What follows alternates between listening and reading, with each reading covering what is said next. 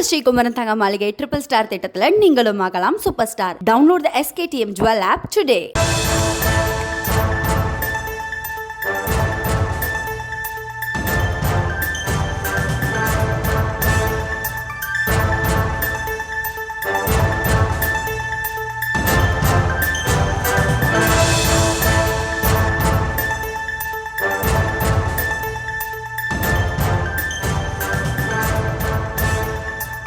மேலும் ஒரு அண்மை செய்தியை பார்த்து வருகிறோம். மதுரை முருக பக்தர்கள் மாநாடு வழக்கில் உத்தரவு தற்போது பிறப்பிக்கப்பட்டிருக்கிறது. கூடுதல் விவரங்களோடு இணைகிறார் எமது செய்தியாளர் நாகேந்திரன். நாகேந்திரன், வணக்கம். விரிவான விவரங்கள். வணக்கம் ஹர்ஷினி. மதுரையில் நடைபெற உள்ள முருக பக்தர்கள் மாநாடு மற்றும் நிகழ்ச்சி நடத்த அனுமதி கோரிய அந்த வழக்கு மீதான விசாரணையில் உயர்நீதிமன்ற மதுரை கிளை நீதிபதி புகழேந்தி சில முக்கியமான உத்தரவுகளை பிறப்பித்திருக்கிறார். அது என்னவென்று பார்த்தோம் என்றால், காவல்துறை தரப்பில் கேட்கப்படும் கேள்விகளுக்கு முறையான பதில் அளிக்க வேண்டும். மனுதாரர் மனு குறித்து 12ஆம் தேதிக்குள் உரிய முடிவு அந்த அரசியலமைப்பு சட்டப்படி எடுக்க வேண்டும் என உயர்நீதிமன்றம் மதுரை கிளை உத்தரவு என்பதை பிறப்பித்திருக்கிறது. காவல்துறை மனுவினை பரிசீலனை செய்யும் வரை நிகழ்ச்சிக்கான முன்னேற்பாடுகளை செய்யலாம், ஆனால் பூஜைகள் எதுவும் நடத்தக்கூடாது எனவும் தெரிவிக்கப்பட்டிருக்கிறது.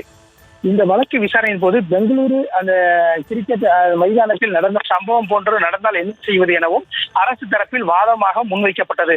மதுரையைச் சேர்ந்த முத்துக்குமார் உயர்நீதிமன்ற மதுரை அமர்வில் தாக்கல் செய்த மனுவில் இந்து முன்னணி அமைப்பின் சார்பில் வருகின்ற ஜூன் மாதம் 22ஆம் தேதி மதுரை ரிங் ரோடு பாண்டிகோவில் அருகே உள்ள அம்மா திடலில் பக்தியை வளர்க்க முருக பக்தர்களின் ஆன்மீக மாநாடு நடைபெற இருக்கின்றது.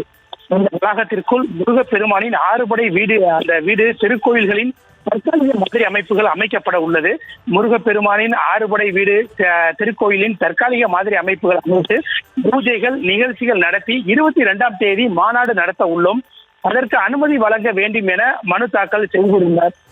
இந்த வழக்கு நீதிபதி முன்பு விசாரணைக்கு வந்தது. அப்போது அரசு தரப்பில் ஆஜரான அரசு கூடுதல் தலைமை வழக்கறிஞர் பாஸ்கரன் வாதிடுகையில் 12 நாள் நிகழ்ச்சி நடத்துவதற்கு அனுமதி வழங்க முடியாது, 3 நாள் நிகழ்ச்சி நடத்தி கொள்ள பரிசீலிக்கப்படும். மேலும் மனுதாரர் தரப்பில் அனுமதி கோரிய விண்ணப்பத்தில் முறையான தகவல்கள் தரவில்லை எனவும் மனு தந்த பின்பு காவல்துறை தரப்பில் கொடுக்கப்பட்ட கேள்விகளுக்கு முறையான பதில் இல்லை. நிகழ்ச்சி எத்தனை நபர்கள் அவர்கள் கலந்து கொள்வார்கள், முக்கிய பிரமுகர்கள் யாரும் கலந்து கொள்கிறார்களா என்ற கேள்விக்கு பதில் தர மறுத்துவிட்டனர்.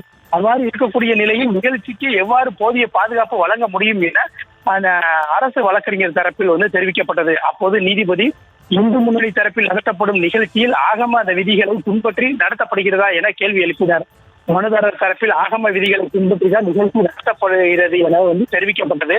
இதனைத் தொடர்ந்து நீதிபதி புகழேந்தி அவர்கள் பிறப்பித்த உத்தரவில் மாநாடு பொதுக்கூட்டம் அந்த தனியார் நிகழ்ச்சிகள் என்ற பெயரில் காவல்துறை பயன்படுத்தப்படுகிறது.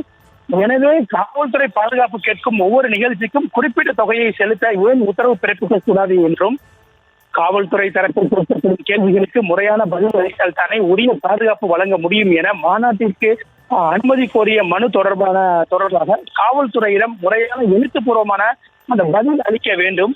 அதன் அடிப்படையில் காவல்துறை 12ஆம் தேதிக்குள் அரசியலமைப்பு சட்டப்படி உரிய முடிவு எடுத்து நீதிமன்றத்தில் தெரிவிக்க வேண்டும். மேலும் மனுதாரர் தரப்பில் மாநாடுக்கான முன்னேற்பாடுகளை செய்யலாம். அதே போன்று அந்த முருகனின் 6 படை வீடுகளில் அந்த தற்காலிக அமைப்புகளை அமைப்பது உள்ளிட்ட அந்த பணிகள் செய்யலாம். ஆனால் எவ்வித பூஜைகளும் செய்யக்கூடாது என உத்தரவிட்டு இந்த வழக்கு விசாரணையை வருகின்ற 13ஆம் தேதிக்கு ஒப்புவித்து உத்தரவிட்டு உள்ளார். ஹர்ஷினி,